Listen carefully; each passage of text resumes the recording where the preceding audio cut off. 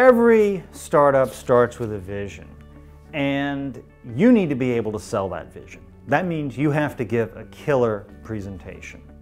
Here are 5 suggestions on how you might do that. First thing is you need to know your audience. If you're doing an investor presentation, then talk about the investment. Talk about how much you need, how long it'll last, when you'll break even, and most importantly, when your investor is going to see a return. If you're doing a demo, don't talk about the product, show the product.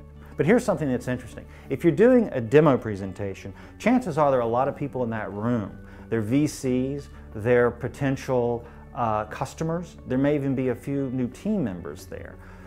Most importantly, there might even be some members of the press, which leads me to the second point. You really want to speak in bite-sized chunks. Condense your message to a word, 2 words, 3 words, and if you have slides, only put those words on the slides. Give the press or the people in the room a tweetable moment.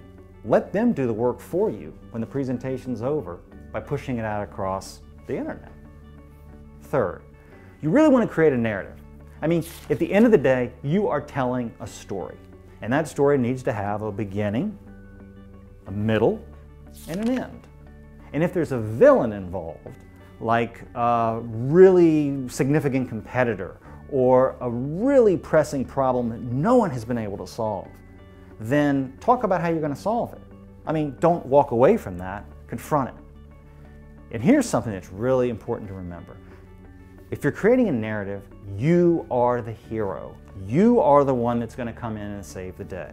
So make sure you clearly communicate how you're going to do that.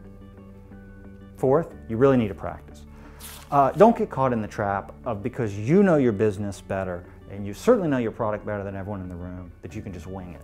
That's a recipe for disaster. I mean, actors need to know their lines. It gives them a confidence, it gives them a comfort, and at the end of the day, it makes it look like they're just speaking extemporaneously. Finally, don't rely on technology. It will fail. So, don't worry about that. Because if you know your audience, if you have a compelling story, you can tell it succinctly, and you can tell it with confidence, you're going to do just fine.